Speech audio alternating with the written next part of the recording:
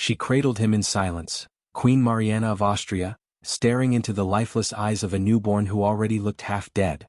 His jaw jutted grotesquely, his skin waxy and pale, his tongue too large for his mouth. Courtiers turned away in horror. Midwives whispered prayers. This was the child who would inherit the greatest empire on earth. And with his first breath, Spain began to die. This is the chilling, true story of Charles II, Europe's most cursed king. A living relic of 2 centuries of inbreeding. A monarch so broken, his very existence became the slow, rotting death of a dynasty. The moment Charles II entered the world, silence choked the royal chambers. No cheers. No bells. Just the muffled horror of physicians and courtiers realizing they were staring into the face of genetic collapse. His head was too large for his body. His limbs were soft, fragile, bent like reeds. The infamous Habsburg jaw, once a mark of noble lineage, had mutated into something monstrous. His mouth wouldn't close. His tongue hung limp. He could not cry. He could barely breathe. This was not just a sickly child. This was a final warning from nature. Queen Mariana clutched him tightly, both loving mother and terrified witness. She had birthed not a son but a prophecy of doom. And in her heart she knew it. The palace of the Spanish Empire, once echoing with the footsteps of emperors and conquerors, now echoed with whispered prayers and closed doors. Outside, Spain still projected the illusion of strength, a vast empire stretching across oceans, bursting with silver, gold, and divine authority. But behind those marble walls, the dynasty was rotting from the inside. Charles II was not a tragedy born of chance. He was the inevitable result of a grand, centuries-long experiment in bloodline control. The Spanish Habsburgs had married within their own family for generations, uncle to niece, cousin to cousin, believing that purity of blood guaranteed purity of power. What began as cold political strategy had spiraled into a genetic nightmare. Each generation showed more signs: twisted jaws, fragile bodies, slow minds. And now, with Charles, the experiment had reached its final, grotesque result. Even the court physicians, bound by loyalty and fear, could not hide their alarm. They diagnosed what they could with 17th-century understanding: a malformed skull, muscular weakness, developmental delay.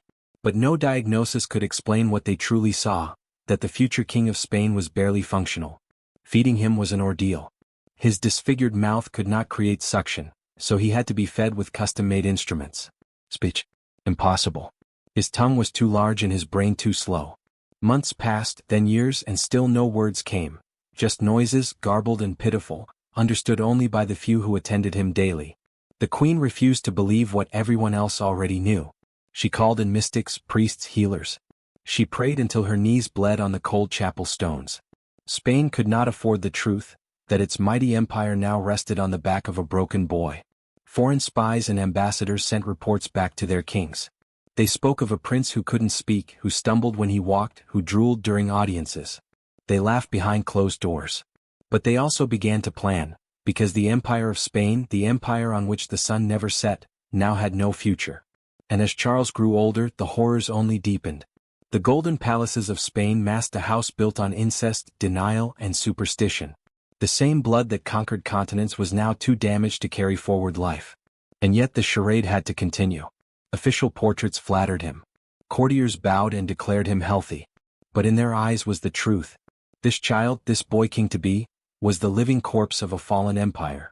To understand the tragedy of Charles II, we must first return to the glittering beginnings of the Spanish Habsburg dynasty. A dynasty so rich, so powerful, so obsessed with legacy, that it unknowingly sowed its own destruction. The story begins in 1516 with the rise of Charles I, later crowned Holy Roman Emperor Charles V, who inherited the Spanish throne from his maternal grandfather, Ferdinand of Aragon. This was the start of Spain's golden age, a time when its flag flew over half the world. Charles I was everything Charles II would never be: intelligent, towering, commanding. He ruled over an empire where the sun quite literally never set, from the Americas to the Philippines, from the Netherlands to Naples. It was under him that Spanish conquistadors plundered the New World, shipping back oceans of gold and silver that turned Madrid into the beating heart of European power.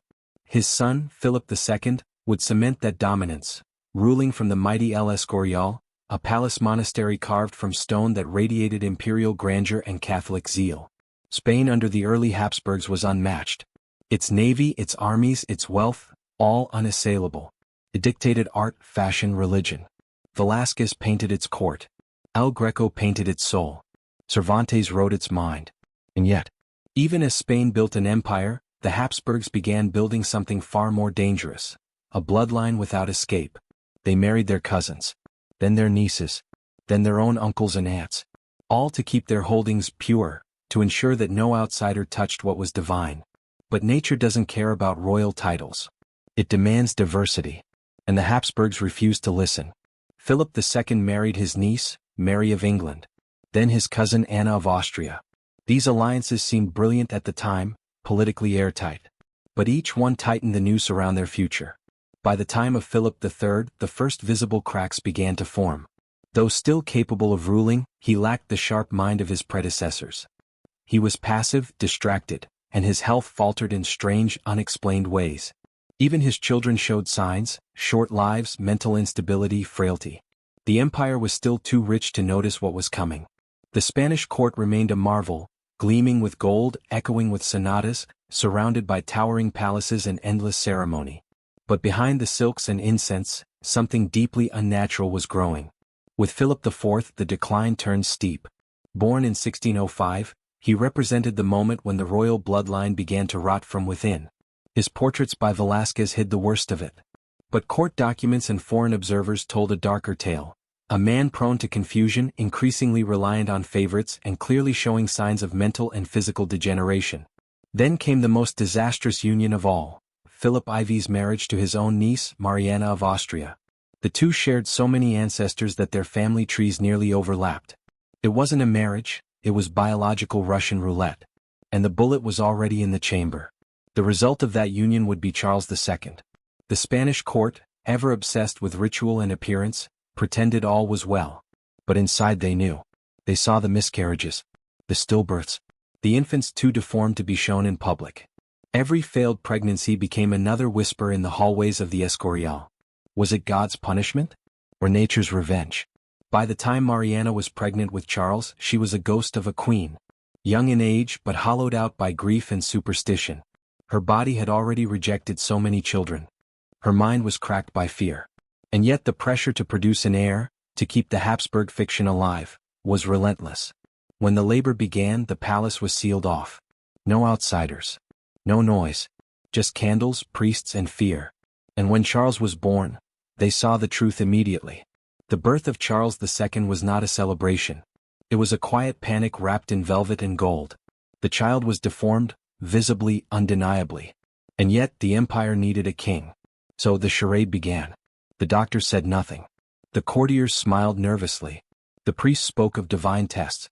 But behind closed doors the question burned like a fever: how could this child rule Spain? His tongue, grotesquely swollen, lolled from his mouth. His jaw so malformed, it was nearly impossible to feed him. His head was too large, his limbs too soft. He could not cry. He did not respond. And yet he lived. Queen Mariana, shattered by grief and bound by duty, clung to her broken child like a lifeline. In public she presented him as a blessing. In private she watched him fail to develop, fail to speak, fail to walk. Her letters from the time reveal a woman slipping between denial and despair. She tried prayers, relics, miracle cures. Nothing worked. Still, the show had to go on. Official portraits were commissioned, carefully composed to flatter the boy and hide the worst. The court's best painters gave him strength he never had, clarity he never possessed. These images would be sent across Europe, passed among diplomats like propaganda pamphlets. Behold, they declared, the future of Spain is strong. But the truth was locked inside the royal apartments. Charles could not walk unaided. He could not speak clearly. He did not understand complex instructions. His playtime consisted of staring at walls or grasping at shadows. Tutors tried. Nurses wept. Physicians resorted to primitive, even harmful treatments. Leeches, bloodletting, holy water. All failed. By the age of 4, it was undeniable. Charles was not just developmentally delayed, he was profoundly disabled. But that same year, tragedy struck again. King Philip IV, aging, confused, and defeated, died. His final act was to leave the Spanish Empire, the largest in human history, in the hands of a child who could barely feed himself. At just 4 years old, Charles II was proclaimed King of Spain. The coronation was a dark theater of deception. The royal crown had to be resized to fit his oversized head. Attendants held him upright. He could not speak the oaths, so others spoke for him. The archbishop anointed a boy who didn't understand the ceremony, barely aware of where he was. The empire held its breath. Across Europe, ambassadors watched in disbelief. The French wrote that Spain was now ruled by a lunatic child. The English said the empire was haunted by a living corpse. The Austrian Habsburgs looked on with quiet horror. And the vultures began to circle. Back in Madrid, Queen Mariana was officially named regent. But her rule was haunted. Every day she had to maintain the fiction that Charles was improving, that he was learning, that he was capable. In reality, she was hiding a secret that could destroy an empire. The child king's signature had to be forged. Government orders were dictated by others. The boy was placed behind walls, and only the most loyal courtiers were allowed near him. The people of Spain saw glimpses, quick appearances, orchestrated parades, but never the truth. Meanwhile, the empire began to wobble. The War of Devolution against France ended in humiliating defeat. Sicily erupted in rebellion. Inflation soared. The Spanish navy, once the terror of the seas, began to rot in its ports. The empire that once dictated the fate of the world now could not defend its own borders. All while its king sat alone, silent and broken. And still they called him His Most Catholic Majesty. Still they clung to the illusion that the Habsburg miracle lived on. But the lie was beginning to crack. As Charles II entered adolescence, the lie became impossible to contain. The king was growing, but not developing. His mind remained trapped in infancy, and his body was crumbling under the weight of his twisted inheritance. The court still clung to rituals, religious processions, ceremonial hunts, royal audiences. But behind each event lay a sickening choreography of concealment. Courtiers rehearsed his movements. Doctors numbed his pain. Attendants guided his every step, whispering instructions he barely comprehended. He could not speak clearly. He could not eat solid food. He could not write his name. And yet he was king. Charles's meals were a nightmare. His jaw couldn't chew. His tongue obstructed his throat. So they fed him pulps, broths, and concoctions through silver tubes. He drooled constantly, soaking his velvet collars. At night, his attendants had to clean his bedding like one would care for a sick animal. But what horrified the court most was his mind. He could not understand simple sentences. He stared at people blankly, then laughed for no reason. He could become violent, then catatonic. At times he seemed haunted, screaming at shadows, crying for his mother even into his teens. Physicians, helpless and terrified, diagnosed him with everything from epilepsy to demonic possession. They were not far off. The royal palace had become a haunted house. Queen Mariana, still clinging to control as regent, was running out of time. Charles was of age, at least legally. The question now was no longer, can he rule? But can he breed? The empire demanded an heir. Europe demanded a future. But the doctors knew. And so did Mariana. The boy was incapable of fathering anything. Still, the performance continued. In 1679, at age 18, Charles was married to Marie-Louise of Orleans, the French princess and niece of Louis XIV. Desperate diplomacy cloaked in silken gowns. The wedding was magnificent. The palace was lit with thousands of candles. Bells rang. Fireworks painted the night sky. And inside the royal chamber, horror. Marie-Louise had not been prepared. She expected awkwardness, maybe odd behavior. But what she found was something else entirely. A man who could barely undress himself. Who stared at her with unfocused eyes. Who babbled incoherently. Who had to be guided into bed like a puppet. Whatever happened that night, it did not result in an heir. Marie-Louise's letters, still preserved, speak volumes. "I am bound to a ghost," she wrote. "He is like a child who has grown old without ever having lived." And yet she was forced to play her part. Smile at court functions. Parade as queen. Pretend she was trying for children. Behind her eyes, despair. Behind Charles's, nothing at all. The years passed. No pregnancy. No hope. Meanwhile, Spain descended further. Its armies lost battles they never should have fought. Its colonies grew restless. The treasury dried up. Inflation choked the cities. Corruption ran wild. Ministers schemed in the shadows, and the Inquisition prowled for scapegoats. And still the court said, "The king is well." Marie-Louise died in 1689, after 10 years of public agony. Some whispered poison. Others said it was heartbreak. Either way, she was 26, and gone. Her death removed the last illusion that Charles II might continue the Habsburg line. Spain was now a headless empire, ruled by a man who could barely lift a fork. The dynasty's blood had curdled into poison, and the body of the nation was beginning to rot. But the farce was not yet over. There would be one more marriage. One more doomed hope. One final prayer for a miracle that would never come. In 1690, with Marie-Louise barely in her grave, Charles II was married again. This time, the bride was Mariana of Neuburg, daughter of the Elector Palatine. She was young, devout, politically useful. But everyone knew the truth. This wasn't a marriage. It was a funeral rite for a dynasty already 6 feet under. Charles's condition had worsened. He now required constant assistance to stand. His hands trembled so violently that he could barely hold a goblet. His speech was a garbled mess of syllables that only his nurses could decipher. His seizures came more frequently. His face, stretched grotesquely by the infamous Habsburg jaw, looked less and less human with each passing year. The wedding was another spectacle of denial. A puppet show in brocade and lace. Foreign diplomats watched with barely concealed horror. One ambassador wrote, "The groom appears embalmed and yet breathes." Another, "Spain's king is a corpse that has forgotten to lie down." Mariana of Neuburg did her duty. Or tried to. Her letters home reveal a woman trapped in a nightmare, forced to play consort to a man who could not think, speak, or consummate their marriage. She described his behavior as infantile, his body as ruined, and her role as impossible. But the court needed the illusion to continue. They spread whispers of possible pregnancies.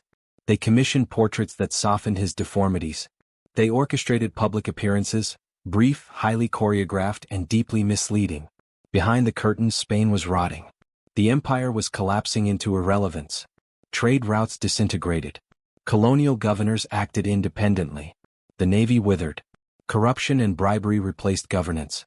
The nobles, sensing the end, began striking deals with foreign powers. Everyone was preparing for the inevitable. Charles II had no heir. There would be no miracle. So now Europe watched, and waited. As Charles stumbled into his 30s, his deterioration became impossible to hide. His legs barely worked. He often drooled uncontrollably. His eyes lost focus. His mind unraveled. Sometimes he could not recognize his own wife. Sometimes he forgot where he was. Sometimes he forgot he was king. The Spanish Inquisition, once a tool of state terror, now debated whether the royal family was cursed by God himself. The clergy performed desperate rituals. Pilgrimages were arranged. Holy relics were brought to the palace. They prayed to saints. They prayed to angels. They even tried exorcisms. But Charles continued to decay. And Europe began to prepare for his death, not as a tragedy but as a logistical challenge. France, Austria, Britain, and the Dutch Republic all maneuvered for control. Succession treaties were signed. Alliances shifted like sand. The Spanish Empire, once the greatest in the world, was already being partitioned before its king had drawn his final breath. Charles II, once born to rule the world, had become irrelevant to it. His courtiers fed him, bathed him, lifted him from bed, carried him to his throne, placed a pen in his hand to sign decrees he could not read. They staged a monarchy that no longer existed. A kingdom ruled by a man who had never truly lived. And still, through all this, Spain pretended. The court held dances, issued royal decrees, ordered new portraits of the king that bore no resemblance to reality. But beneath the gilded ceilings and candlelight, they all knew. The end was coming. And when Charles died, Spain would not merely lose a king. It would lose the illusion that had sustained it for over 200 years. By the year 1700, Charles II of Spain was no longer a king in any real sense.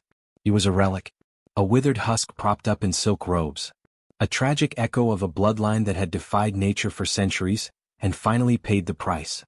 His body was collapsing. His mind already gone. He could no longer walk without being carried. His muscles had wasted to nothing. His eyes rolled in different directions. His speech, when it came, was gibberish. He often mistook servants for relatives. Some days he forgot he was alive at all. The royal palace had become a hospital. Or a tomb. He was 38. The court physicians had no answers. Charles was suffering what modern science would call multisystem failure brought on by severe inbreeding.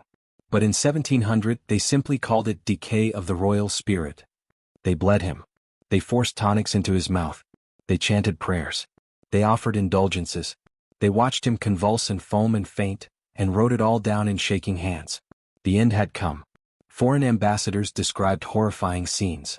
The King of Spain, they reported, looked less human than mannequin, a man with no awareness, no control of his limbs, no capacity for thought or speech. One diplomat wrote, "I have never seen a man so alive and yet so dead." Even Mariana of Neuburg, his wife in name only, began writing openly of her dread. In her private letters she described him as a child in an old man's skin, a body with no soul, a ghost who sleeps with his eyes open. But the question on everyone's lips was no longer, "How is the king?" It was, "Who will inherit his empire?" Because Charles still had not named a successor. And the Spanish Empire, though a shadow of its former self, still sprawled across Europe, the Americas, Africa, and Asia. Whoever claimed it could alter the balance of power for a generation. France wanted it. Austria wanted it. Britain feared both. The world watched, waited, plotted. In his final days, Charles was incapable of signing his name, incapable of understanding his own will. The factions around him scrambled to produce a testament that served their interests. And when it was finally declared, one last cruel twist. Charles had named the grandson of Louis XIV of France as his heir. Philip of Anjou, a Bourbon. The dynasty that the Habsburgs had fought for centuries, would now rule their empire. Spain had lost its king, and gifted its enemies the throne. On November 1, 1700, Charles II died in the Royal Alcázar of Madrid. His heart gave out after days of seizures and coma. His eyes rolled back. His famous jaw locked in a grotesque rictus of death. Those who witnessed it said he looked barely different from how he had lived. A corpse, animated by duty, now released by death. There was no national mourning, only relief. And chaos. His death triggered the War of Spanish Succession, a global conflict that would claim over 1 million lives, reshape Europe's borders, and destroy what remained of the old Spanish Empire. Spain's colonies began to fracture. Its European possessions were carved apart. Its navy and army, neglected for decades, were swept aside by better prepared powers. In less than a decade, the empire Charles inherited had been dismantled. Modern geneticists have studied Charles's lineage. The findings are astonishing. His inbreeding coefficient was higher than that of lab mice deliberately bred for genetic purity. His genome, so carefully protected by generations of incestuous marriages, had become a blueprint for collapse. He was, in every scientific sense, a man doomed before he was born. But Charles II was not just a victim of biology. He was a monument to dynastic pride. A living symbol of what happens when the pursuit of power becomes blind to reason. His life destroyed not only a family, but a world order. But through existence alone. His death ended Spain's golden age. His face, immortalized in portraits, is a warning. The throne he sat on is long empty. But the story remains. A story of bloodlines turned poison. Of kings who became children. Of empires that crumbled not by sword, but by birthright. And the boy born in 1661, with a jaw too large to eat and a brain too broken to think, became the man who ended it all.